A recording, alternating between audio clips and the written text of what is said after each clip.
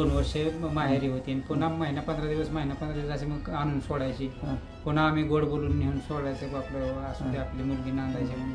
पुन्हा त्याला दुकान दिलं पाहिजे ऑटोमोबाईलचं. पैसेवाले झाल्यानंतर सुद्धा त्यांची हौस आहे, त्यांना पैशाची हौस. पुरवणी जबाबमध्ये त्यांनी विष पाजण्याचा प्रयत्न करून जीव मारण्याचा प्रयत्न केला असा पुरवणी जबाब दिलेला आहे.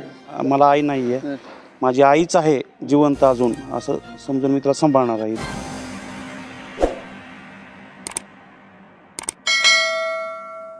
MS मराठीमध्ये आपल्या सर्वांचं स्वागत आहे. मी नाथा सावंत. राज्यामध्ये महिला खरं तर सुरक्षित आहेत का? आणि कौटुंबिक वादातून जसं पुण्याचं वैष्णवी हागवणे जे प्रकरण घडलं त्यालाच अनुसरून एक दुसरं टेंभुर्णीमध्ये प्रकरण घडलेलं आहे.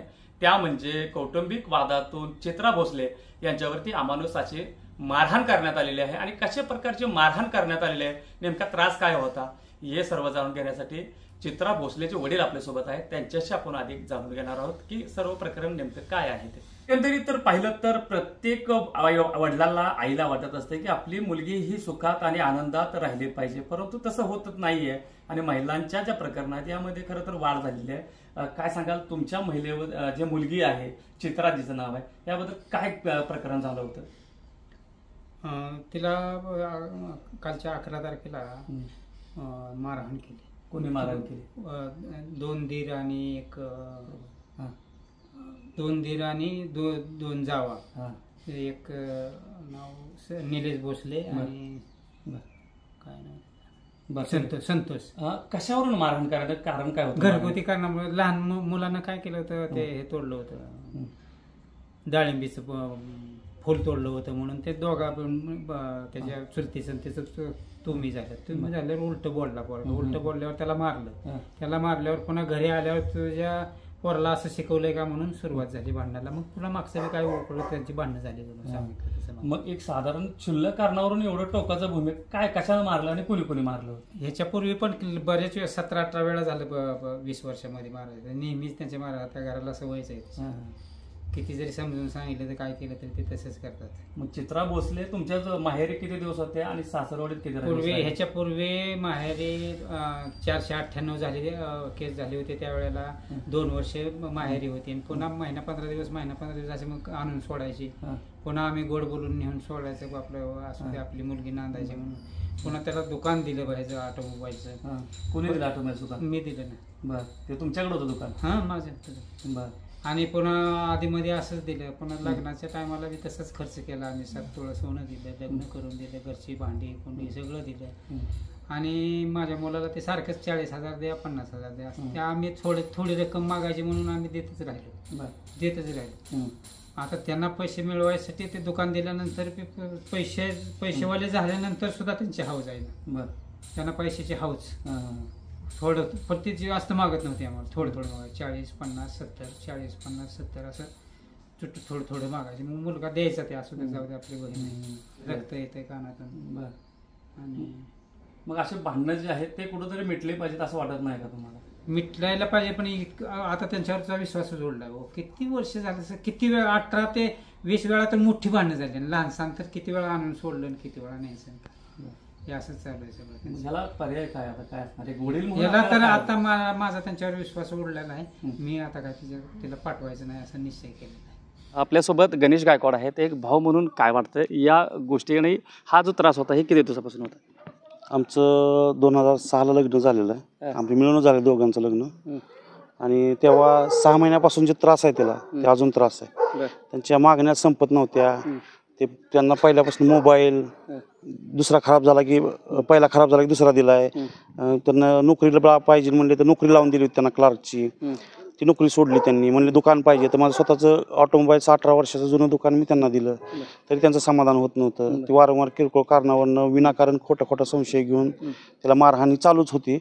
पण ही दिरांनी आणि 2 दिरांनी आणि 2 जावांनी, निलेश भोसले जो वकील आहे, संतोष भोसले, निलिता भोसले आणि पूजा भोसले, ह्या चौघांनी मिळून बेदम तिला 1.5-2 तास मारहाण केलेली. ही घटना साधारण कधी घडली आणि तुम्हाला बहिणीने भावाला किंवा वडिलांना घटना कधी सांगितली? ही घटना 11 तारखेला दुपारी 12 वाजता झाली. जवळजवळ 1:30 वाजेपर्यंत तिला 1.5 तास तिची मारहाण करून तिला कोंडून ठेवलं. संध्याकाळी 9-10 वाजेपर्यंत जेव्हा भाचा आमच्या दुकानातून घरी आला त्यानं बघितलं आईला एवढं मारहाण केलेली, त्यानं गपचूप त्यांच्यापासून चोरून गाडीवर घेऊन माझ्यापाशी आणलं, असं मामा मारलं हिला. मग तिला मी घेतलं आणि चोपडे डॉक्टरच्या इथं इंजेक्शन करून परत सरकारी दवाखान्यात दुसऱ्या दिवशी कंप्लीट करायला गेलो पोलीस स्टेशन. मग त्यांनी आम्हाला लेटर दिलं की आम्ही सरकारी दवाखान्यात गेलो, तिथं इलाज कानाचा, जे कानाचा पडदा फाटला, रक्त येत होतं, तो इलाज होत नव्हता म्हणून परत आम्ही कुर्डवाडीला गेलो. त्यांनी लेटर दिल्यानंतर कुर्डवाडीत पण कानाचा इलाज नव्हता. परत आम्ही पंढरपूरला गेलो, तर तिथल्या डॉक्टर कानाच्या 1 महिनाभर सुट्टीस वगैरे होत्या. मग परत आम्हाला ना इलाज असतो लाईफलाईन हॉस्पिटल पंढरपूर इथं ॲडमिट 2 दिवस करावं लागलं. तिथं केल्यानंतर तिथं पण काय आम्हाला एवढं उपचार वाटलं नाही आणि पैसे संपले आमचे. आम्ही हाताश झालो. मग पण आम्ही सिव्हिल सोलापूरला आम्ही ॲडमिट करून तिथं उपचार तिथं चालू आहेत. किंवा इतके मारहाण जाताना कोणी शेजारी पाजारी कोणी मदतीला आलं नाही का? शेजापाजारी लक्ष देत नव्हते, का तर ह्यांचा स्वभाव असा दुसरा असल्यामुळं ते कोण लक्ष देत नव्हते. तिचा संसार वाचावा ह्यासाठी आम्ही खूप प्रयत्न केले, पण ही काय ज्यावेळेस त्याच्या जीवावर बेतलं, त्याला जीव मारण्याचा प्रयत्न केला, त्याला विष पाजण्याचा प्रयत्न केला, विष पी म्हणून त्याला मारहाण गेली. तेव्हा मग आम्ही आता निर्णय घेतला की तिला एक मला आई नाही आहे, माझी आईच आहे जिवंत अजून, असं समजून मी तिला सांभाळणार आहे इथून पुढं सुद्धा. मी काय तिला नांदवायला पाठवणार नाही. त्यांचा आणि आमचा विषय मिटलेला आहे पाठीमागं. आता मी अजिबात पाठवणार नाही, ही माझी ठाम भूमिका आहे. साधारण पोलीस स्टेशनला कधी गुन्हा दाखल करण्यात आला? पोलीस स्टेशनला 14-15 तारखेला मी ती फिर्याद तर अगोदर दिलीच होती मी.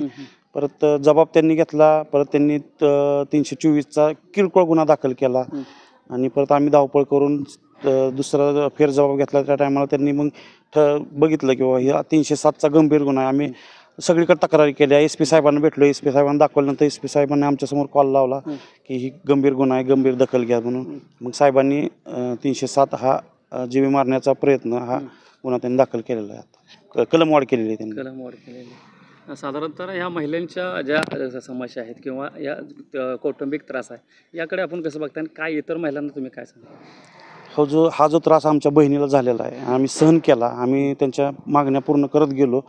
कृपया असं करू नका, तिला कुठल्याही मुलीला स्थळ बघताना, पती नवरा बघताना तुम्ही ती स्थळ पाहणी करा, त्यांचं बॅकग्राऊंड काय आहे ते विचार करूनच मुलगी द्या. आमच्याकडनं ही चूक झालेली आहे, ती चूक आम्ही आयुष्यभर भोगतोय. नमस्कार.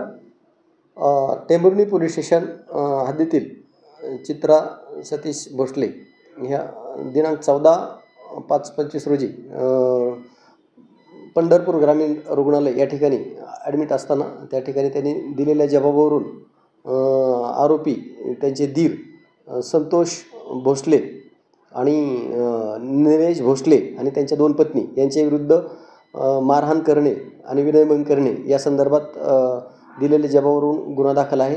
त्या गुन्ह्याचा तपास करत असताना त्यांनी 21/5/25 रोजी पुन्हा सोलापूर शहर रुग्णालयात ॲडमिट असताना जबाब दिल्या पुरवणी जबाबामध्ये त्यांनी विष पाजण्याचा प्रयत्न करून जीवे मारण्याचा प्रयत्न केला असा पुरवणी जबाब दिलेला आहे.